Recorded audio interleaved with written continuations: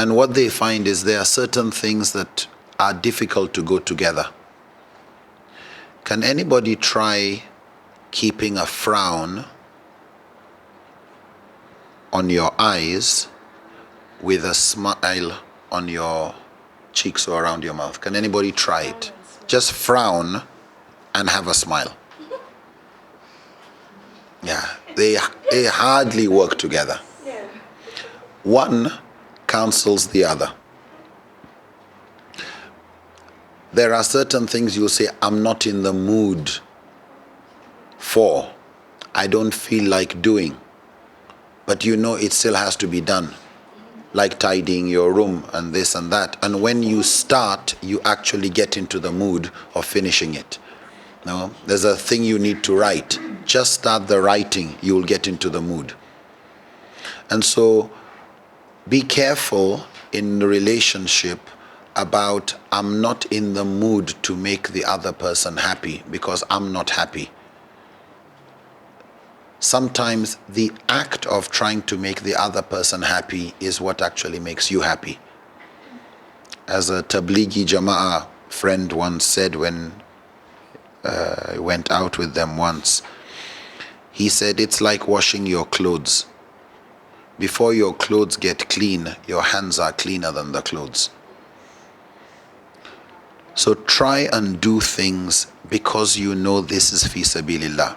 You know, you want to be a good wife or a good husband because you will answer to Allah. Actually, that itself makes you happier, and it becomes a reason why the other person also wants to do the same. But if you're waiting for your spouse to make you happy, you are finished. Don't stay, I'm not happy, I'll wait until the other person is ready. And this applies to so many things within marriage. There's a lot of quarreling on so many issues, and don't say you won't raise it. Sexual relations, I don't feel like it. You won't feel like it if you're waiting to feel like it. But you will find those involved in marriage therapy, etc., just saying, you know what, if things are not going well, just go and have sex whether you feel like it or not. That itself spikes the oxytocin and vasopressin. And then you start asking, why didn't we think of this earlier? So there are many things you can do. Be very careful about I'm waiting till I feel like it, and it's the other person that is to make me feel like it, when the other person is thinking in the same way. So consequently, think of doing a lot of things as sadaqah. In fact, one very important one, both for brothers and sisters, look at even sex as sadaqah.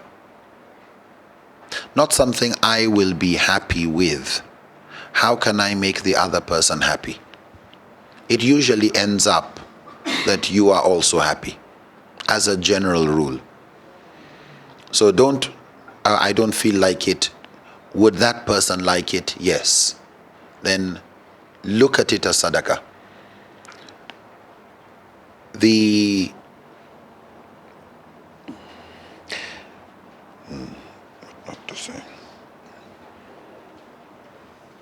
So the key point I'm just emphasizing here is, if you look at the building or you look at a wall and you look at all the building blocks, if you're a block, the wall doesn't get stronger. It's the block that gets stronger. The wall doesn't make the block strong. It's the other way around. So you just focus on what can you do and not waiting for the other partner to invest in the marriage. You keep. So this statement, they say what you sow is what you reap. What you sow is what you reap, what you harvest. The more you sow, the more you reap. If you stop sowing, what do you reap? Think carefully. If you have a garden and you don't sow, will anything grow? Yes, weed. You will get what you don't want. Don't ever stop sowing. This is why in the beginning, marriage is just one area where you express your purpose and fulfill your purpose in life. So just as you do sadaqah in every aspect of your life, what we learn from the Prophet is family is the priority sadaqah area.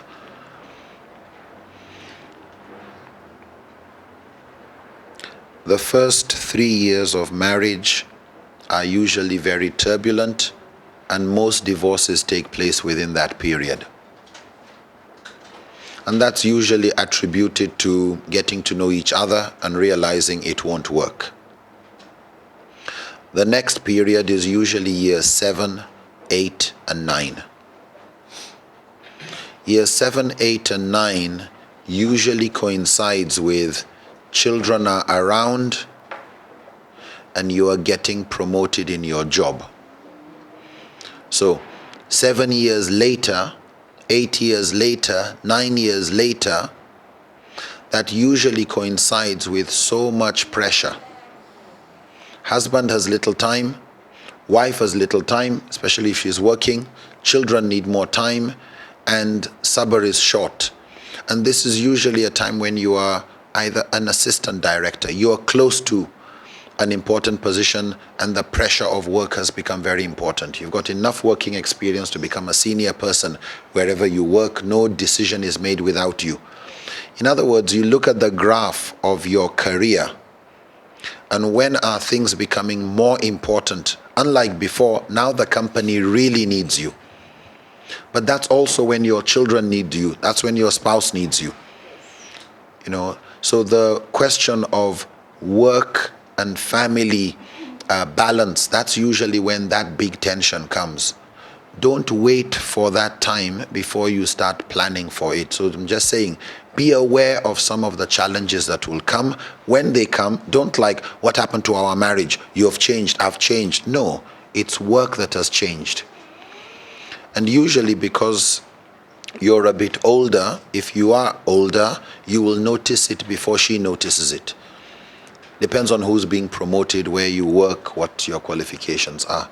So just be aware of those ups and downs so that when the period for challenge comes, you're not blaming each other. You actually know, no, it's the nature of our work that makes us spend more time at work, bring work home, have some ground rules to protect family time.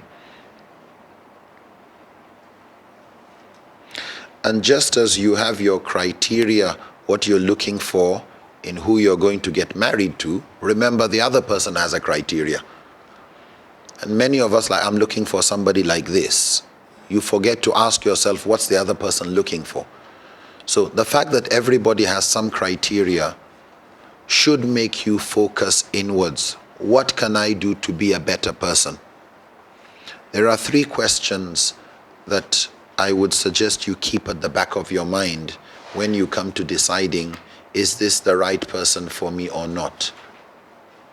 Question number 1, is she or is he okay as they are?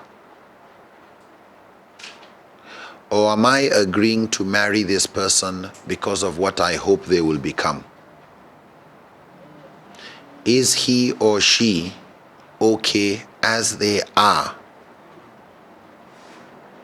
Or are you deciding to marry this person? Or am I deciding to marry this person because of what I hope they will become? And to marry their potential. Exactly. You are getting married to their potential, not to their kinetic. You're getting married to a hope, not reality. They may become, they may not.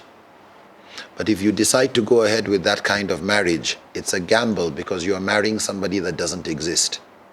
And you're setting yourself up for a disappointment because you're not interested in this person as they are. You're interested in them as they are in your head. They don't exist. So be very careful about pitching in your head, I'm getting married if they stop drinking, if they stop this, but I'm hoping they will stop, so I'll go ahead. A friend called me, this was over a year ago, her husband, He drinks, he this, he that, he's getting abusive and all that. When did he start drinking? Well, she knew before marriage he was drinking, but she was hopeful he would stop. They've got 2 children, and she got a divorce last year because it just got abusive. It got worse. And there's case after case after case. Second question, is this person the kind of person I would like my child to become? So is he the kind of person I would like my son to become? Or is she the kind of person I would like my daughter to become? If your answer is a straight no, you have to ask yourself, why not? Because you have to find questions that help you bypass vasopressin. Get really intellectual about it. If gut, no, I wouldn't like my child like this. Why? Well, this person is rude to his parents. This person has a snobbishness. This person is popular, but I also know the other wrong things that he or she does. No, I wouldn't like my child to become like that. So it helps you by saying, would you like this person? Oh yes, this is the person you're in love with. But you have to try and, okay, if this person was somebody else. So for example, third question. 30 to 35 years from now, imagine what this person is like. Would you enjoy a conversation with that person? So would you enjoy the company of this person when they are 30 to 35 years older than they are now? When they've got a permanent pot belly, permanent wrinkles, permanent they're not going to increase in their athletic skills, etc. They're not going to keep looking any better than they are. Would you enjoy the company of that person? Would you have a very pleasant discussion? If the answer is no, then, when they say love is blind, it's usually vasopressin working on you. The last 2 points. I think we'll come later on the issue of approaching somebody for marriage. Go ahead. Careful about asking someone, I'm interested in getting married to you. What do you say? Because you're asking for yes or no, default answer is be on the safe side. No. It's better to tell the person, I'm interested in knowing you better for marriage. I've not decided yet, but would you be interested in knowing me better? It's just knowing. It's not a commitment. Many sensible, good young Muslims, both men and women, go starting with marriage and they get a no, and they get a no, and they get a no when they met some really good people. So think carefully. If you were in the shoes of the other person, you don't give them time to think, you don't give them time to know you better, how can you start making a proposal?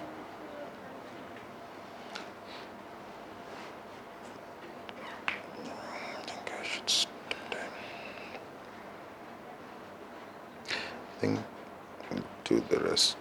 A little comment on gender differences. One of your biggest enemies has the name called average. I would feel hurt if somebody thought I'm like the average guy, because everybody thinks they are more special than everybody else. Oh, I know men, so I know you. Women, how do you even feel when somebody is just going to decide on you based on women? So while it's useful to know gender differences that are general, and as she said, average, but diagnose before prescribing. Is your wife really like that? Is your husband really like that? Does this one always go into a cave? Or, no, he doesn't go into a cave. He's got another way.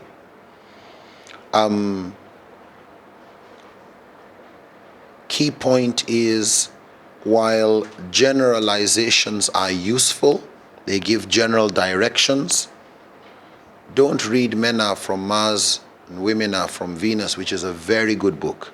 It's a very good book. But then you conclude that every woman is like every other woman.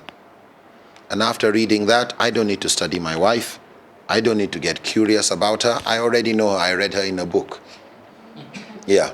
So just careful about stereotypes, whether of men, whether of women, and especially acting upon it without appreciating the uniqueness of the person you got married to. And don't think, especially if you've been married before, that, oh, I know how men are, or I know how women are, and this, like, I have experience. You have no experience. Yeah. Start afresh to learn more about this person, of their likes and dislikes. So be very careful about the average. Yeah, so there's an enemy out there actually called average. Stop there.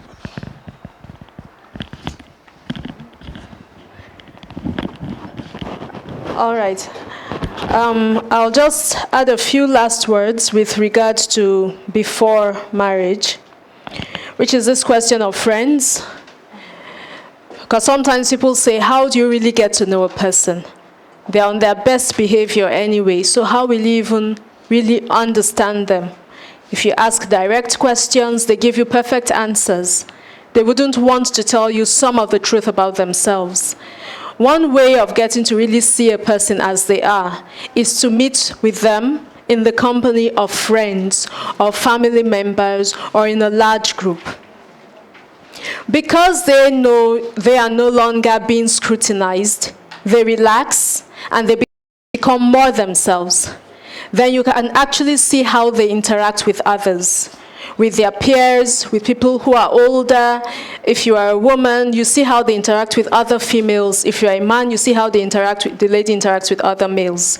You then get a clearer picture of who this person is without your emotions or her or his emotions getting in the way. Another reason why it's also good to meet with them in that kind of setting is it allows you maintain some boundaries, because there are people everywhere. So you can still interact, you can still have a great conversation, but there isn't that temptation of you're alone and nobody is watching. So you get the chance to get to know the person without some of the dangers that come with all of that. Something else to do with friends is, in most cases, if you watch who a person chooses as friends, you get part of the picture of who the person is. Who do they like hanging around with? What are their friends like? Because we become close to people based on similarities, because we share their interests. So these are just quick tips in how do you get to know more about a person beyond asking direct questions or having long conversations on the phone and helping you mobile and the rest of them to make good money. Then another last point is this building connection with this person. Don't rush it, but don't drag it. Always be ready to ask yourself, am I ready now to make a strong commitment? Don't drag it unnecessarily. At the same time, don't rush it. There was a man who came to the Prophet ﷺ and told him he wanted to get married, and said it was from a woman of a particular tribe. And the Prophet ﷺ asked him, have you seen her? He said no. Then he told him, go and look at her. In one narration, it said that because the women from that tribe, sometimes they have something to do with their eye. In another narration, it's look at her. There may be something that you see about her that makes you incline more towards her. In either case, the lesson still is know and understand who you are going to get married to. If there is something that may be perceived as a flaw, know it, so that you are not entering this relationship blind. Even if there is no flaw, know it to reconfirm that this is really who I want to marry. And not just, I heard such great things about him or her, we spoke very briefly, and you say, full stop, it's done. Now, for some people, it works out just fine. But for most people, it always helps to build some form of relationship, halal relationship, before you make the final commitment. Lastly, on this subject, or we say an extension, because now we are done with you and the person in question, and this whole building of a family. So now we are assuming you are married, you are now upright again, and you have children. Or you are planning to have children. What are those things you do practically that builds the connection within the family? What are those things you do with your spouse or with the children that helps to keep the bond strong? Because families are like living organisms. They need to be nurtured, they need to be looked after so that they can grow and they can be steady. One is this question of building a family culture.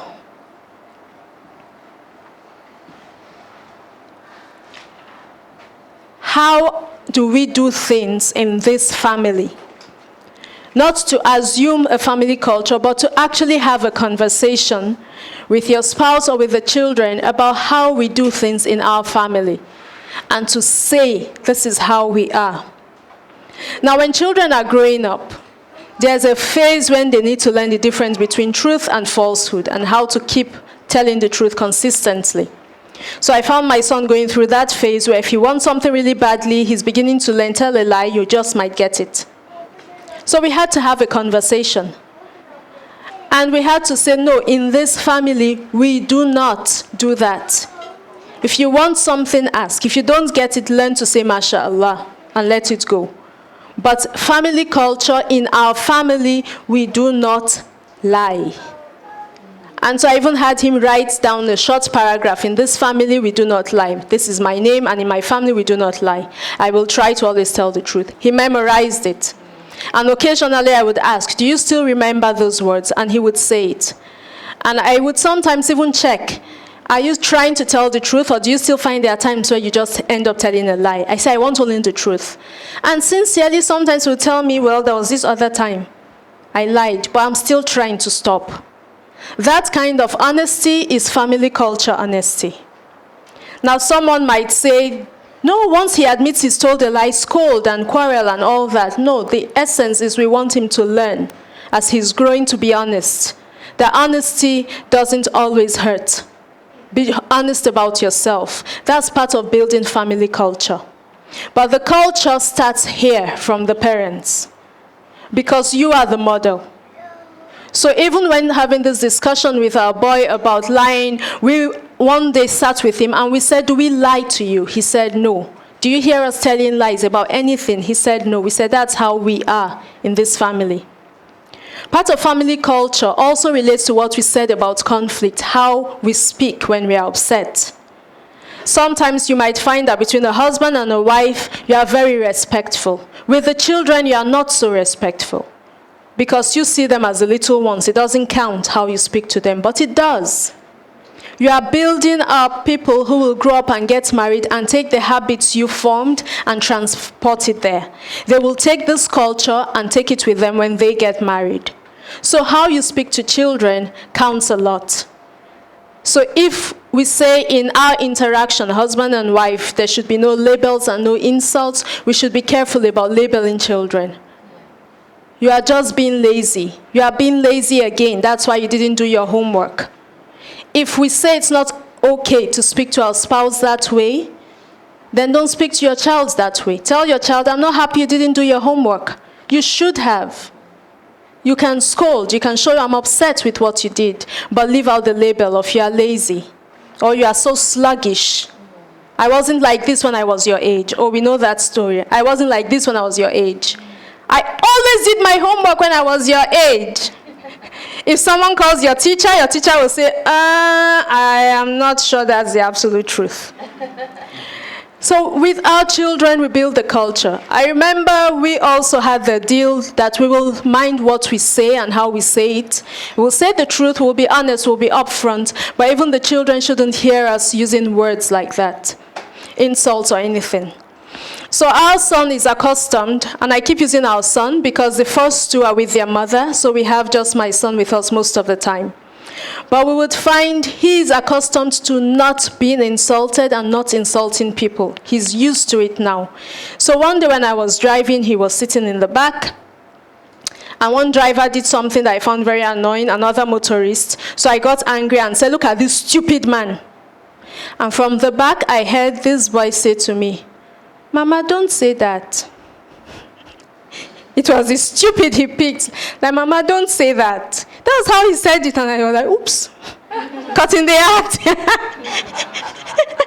So I had to say, "You are right, I shouldn't have insulted him. He didn't drive properly, but I shouldn't have insulted him." And he was satisfied. And once I had a friend, another little girl, who spoke to him very harshly, and he just said, "You don't have to tell me like that."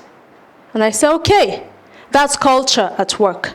But it won't happen if you and your spouse do not establish it. If one person establishes a particular culture, something that's positive, and the other person is not upholding it, the child is conflicted. The child finds it more difficult to maintain it. In families, we will have faults. Sometimes the parents will slip up. Sometimes it's the child who would make a mistake. So we create family rules.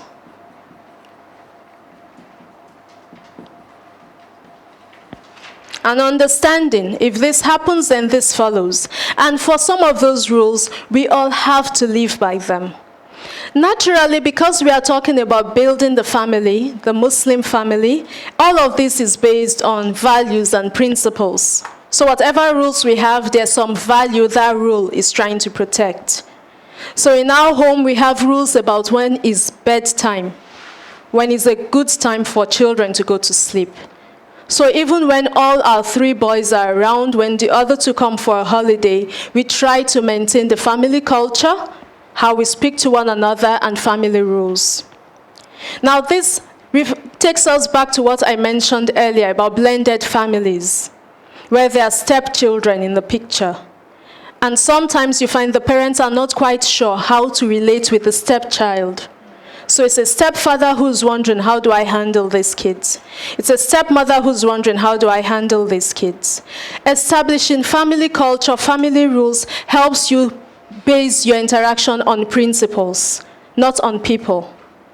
I'll talk to my child this way, I'll talk to those children this way, because they are his, not mine. If you have family culture, then there is an established way I should interact with all the children, whether they are my biological children or not. If there are family rules, then there are standards and expectations for all the kids, whether they are my biological kids or not. But this doesn't happen without honest conversation between the husband and the wife.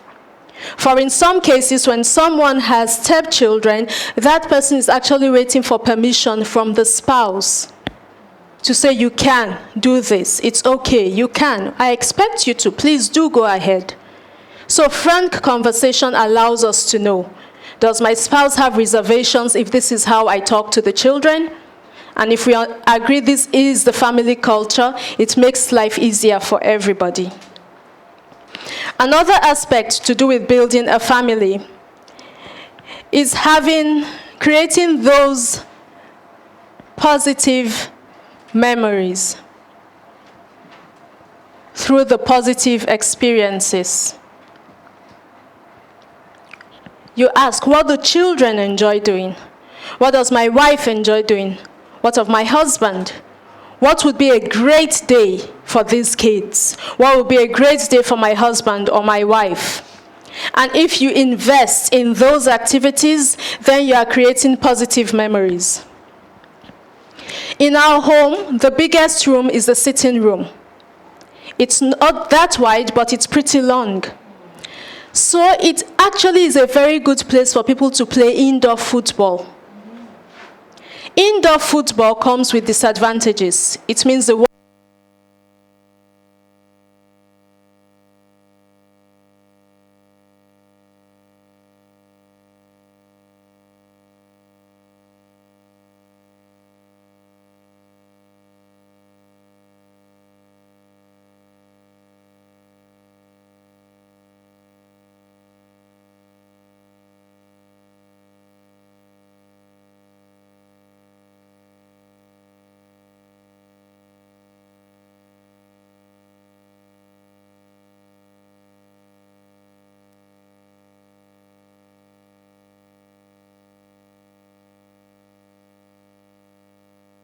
something like this color, getting dirty, and one day a painting got knocked down and cracked. And even a friend commented, "They play football in the sitting room?"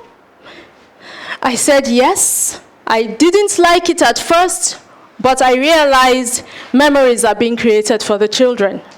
Not really for us, but for the children. And sometimes you pay the price for those memories. What's the price of a broken painting? Compared to memories children will hold when you are old and gray, maybe even dead. Compared to the memories children will take with them when they go to boarding school or when they leave home.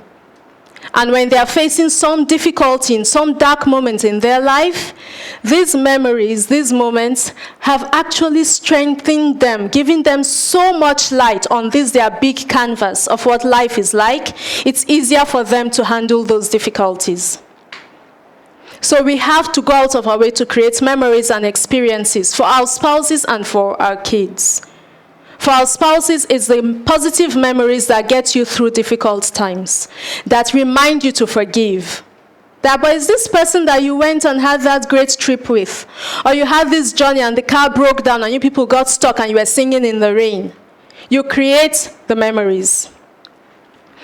Creating memories sometimes also means letting yourself enter the other person's world, even if you don't really like that aspect of their life.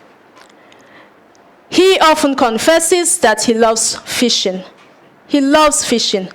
And I don't get the excitement about fishing. You're just standing there holding this stick and hoping a fish will bite. Go buy a fish, man.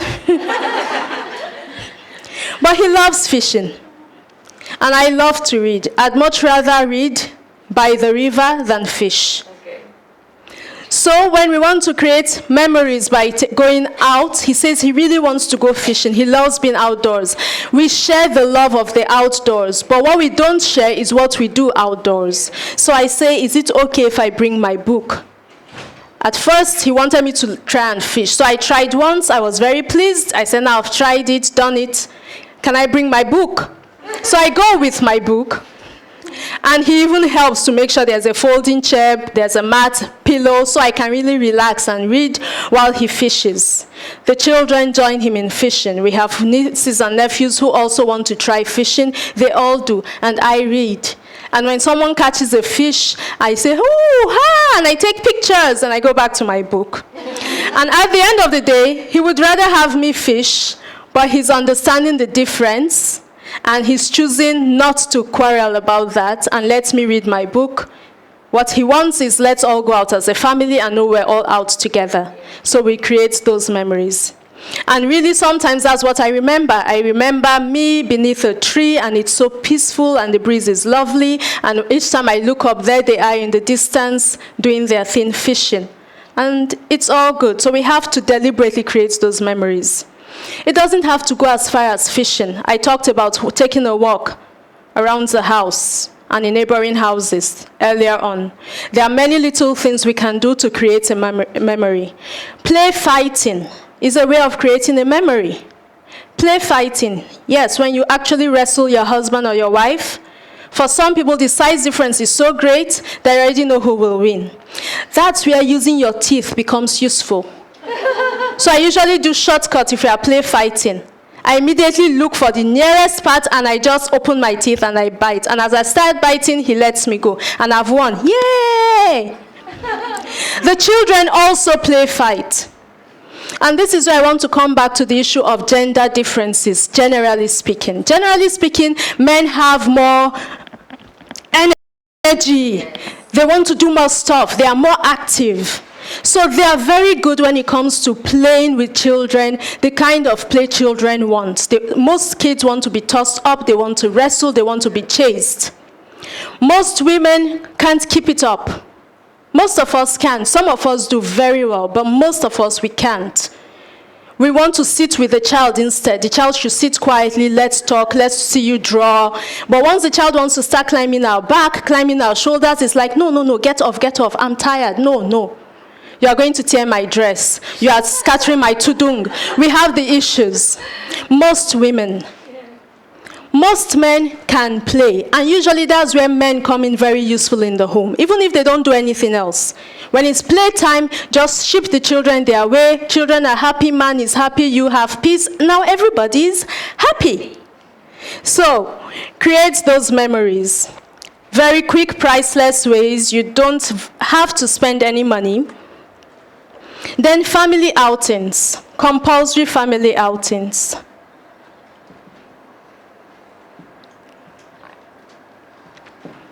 For this one, I would say going around Malaysia and coming for about 3 weeks at a time, almost every year since 2013, I would say Malaysians have this one down, family outings.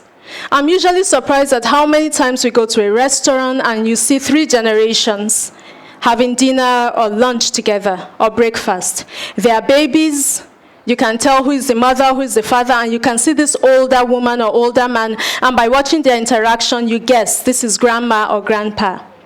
It seems to be a part of the Malaysian culture. I don't know how deeply ingrained it is, but it's a very, very good culture, and it should, I hope, be maintained over the years, no matter how modern Malaysia gets. Because funny enough, it's said that this is actually one of the things that help children later in life. This family connection through generations.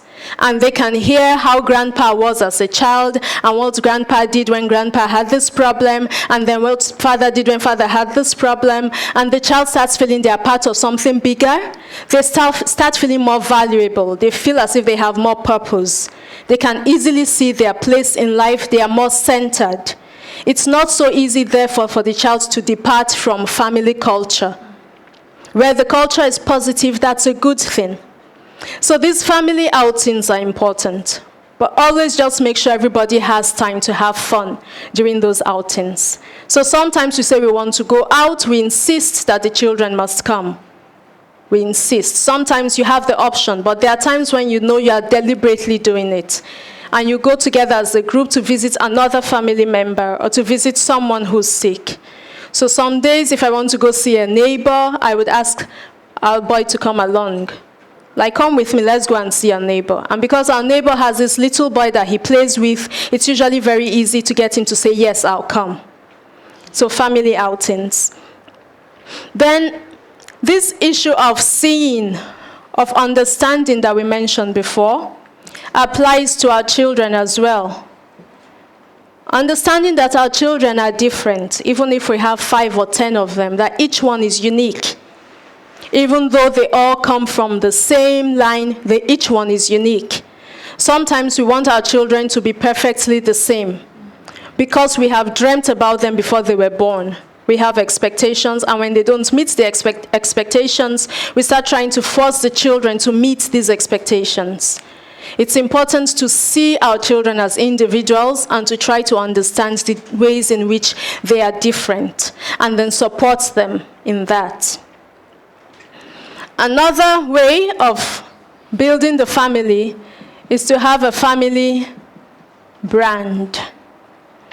Or you can call it the family logo.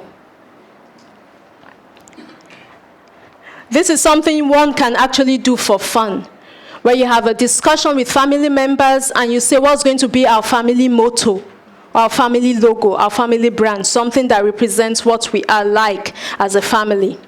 We are yet to have one, but we are saying we think this is a good idea to bring up. Companies have their brand. You have Just Do It, that's Nike. This particular brand, ASOS, their logo or their motto is in search of incredible. So everybody has something. So it's something you can consider doing for your family. That holds the family together. The last idea we'll just throw in here is learn the love languages. There's a book, The 5 Love Languages. It's very useful. Just saying in summary that people are different in how they want to be loved. People are different in how they want to be loved. What is it you'll do for someone that will make them feel loved by you? It differs from person to person. And if we use the example of children, we see it easily. Some kids want to be hugged a lot. They want to sit on your lap. They want to be held. They want to climb your back. They are very physical. Once they are touched or held or hugged, or their head is rubbed, or their tummy or their backs, they are happy. They feel loved. Some other children want you to buy them things. Those are the ones that say, buy me, buy me, buy me, buy me, buy me. Those are the ones that parents are usually afraid to take into the toy department in the mall, because they know it's just going to be buy me, buy me, buy me, buy me, buy me throughout. The parent travels, what are you going to buy for me? Did you buy something for me? Did you buy for me? And sometimes we say, this child is spoiled. Of course, we can teach them not to harass people into buying things for them. But we use that as a cue to understand this child wants things to be given to him or her, and then they feel loved. Some children want attention. They want you to look at them, to listen to them. Some want praise, just words. We'll find for many people, many children and adults as well, they have more than one love language. But there's usually one or two that this one is sure. You do this for this child or for your husband or for your wife, and they will feel totally loved. This explains why sometimes you buy your spouse a gift, you spend money on it, on that gift. You spend time looking for the perfect gift. You give your spouse, and it doesn't really seem to make much difference. Your spouse's reception is just very warm. It's not like, oh, great, yay! But maybe because it's not your spouse's love language to be given things. Gifts, that's not their love language. Maybe it's attention. Maybe they want you to spend time with them doing what they want. Maybe their love language is service. They want you to do something for them, like help them with some housework that they usually do, or help them solve a problem. So if you can lay your hands on this book, I know it will be available even here in Kinokuniya. It gives you an idea of how to make your family members, your spouse, your children, and anybody else who lives within your home, how to make that person feel loved. Now, we are talking about building a family. I do not want to leave out if you have help in the home. People who do service for you, the house help, they are actually part of the family. They may be paid to be there, but because of the length of time they tend to spend with you, interacting with you, your spouse, the children, they are important as well. So as much as possible, these things should apply to them as well. They should also know the family culture, what language to use or not use in the home, how to speak to one another, how not to speak. It also means that you cannot speak to them in ways you consider disrespectful, that they also abide by the family rules, that you help them create memories and experiences within the home. Don't say, I pay them, and that should be enough. It's not. A home is made up of the people who live in it. And you cannot treat yourself, your spouse, your kids one way and treat everybody else differently. Whether that person is a niece, a cousin, or just the help, or just the lady who comes in once a week to clean. That person should always come in and be part of this big picture, because that's what makes a family a real family.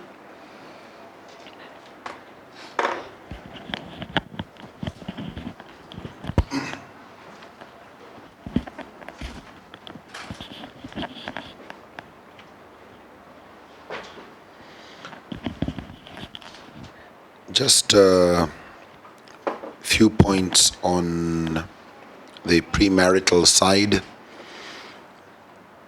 In the past, families, the extended family was very closely knit. So most marriages were arranged marriages. Now society is less closely knit and more individualistic. And most parents feel they leave you to decide who you're going to get married to and when. And we hear a lot of complaints.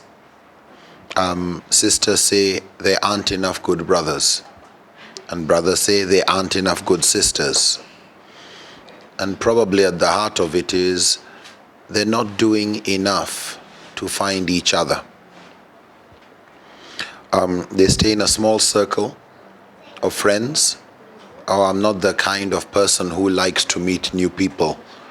But then how are you going to find others? How are others going to know you? I don't like making friends. Always staying at home. How will people know you? How will you get to know others? Be more active in the community. Attend programs. You make new friends.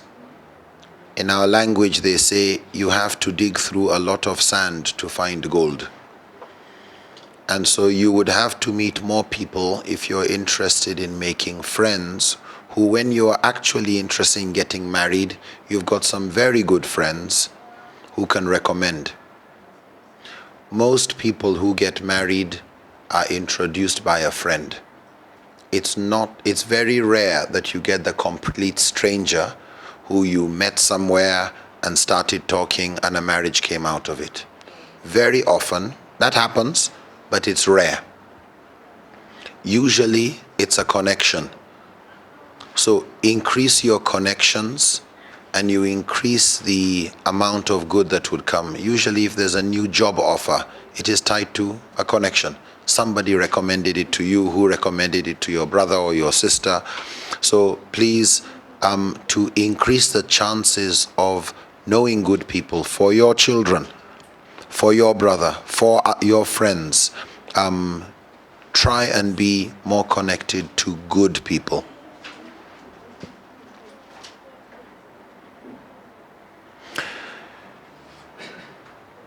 According to some areas in psychology, they have what they call basic needs psychology, where they consider everybody as having some fundamental needs that pull them.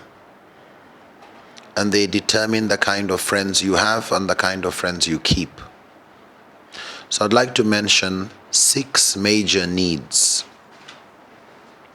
that we all have, but we differ in how much we need each of these. One is the need for certainty. Certainty. Some people are very much into planning and plans.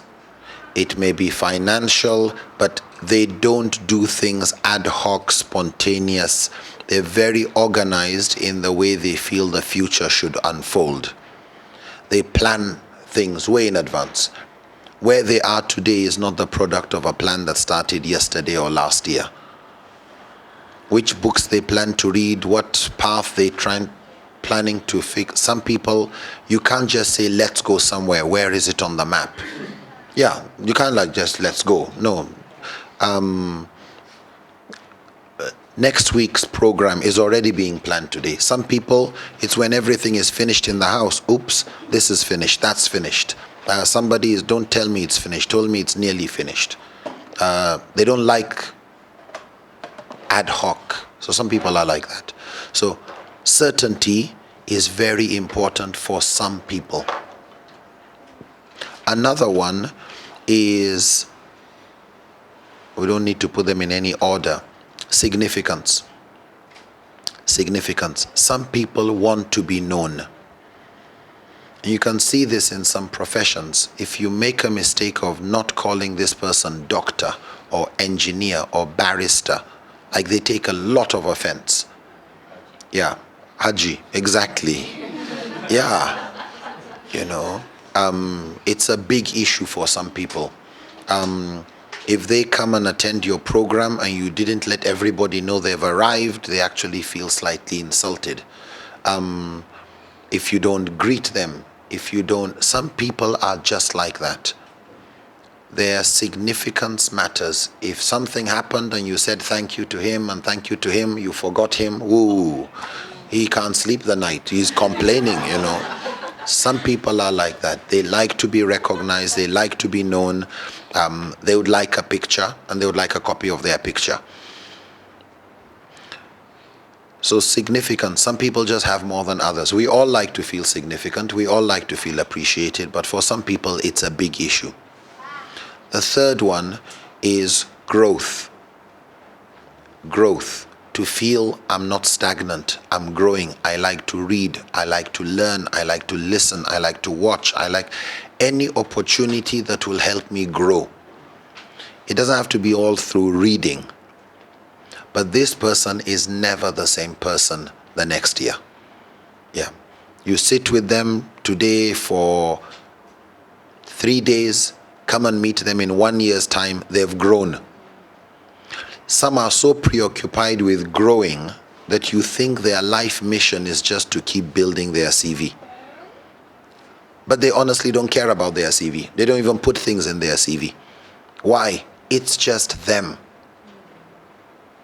These are people who check their laptops, check their bookshelves. You'll see the kind of things they're interested in. Anything that will help them grow, be better. They want to learn more about management and leadership and always wanting to grow. If you say there's a course, they don't worry too much about the cost. There's a good book, they don't worry too much about the cost. Another one is adventure. Some people are into a lot of adventure. Travel, try new this, try new that. New clothes, new places, new foods, new friends, new occasions, new situations, new hobby, new, like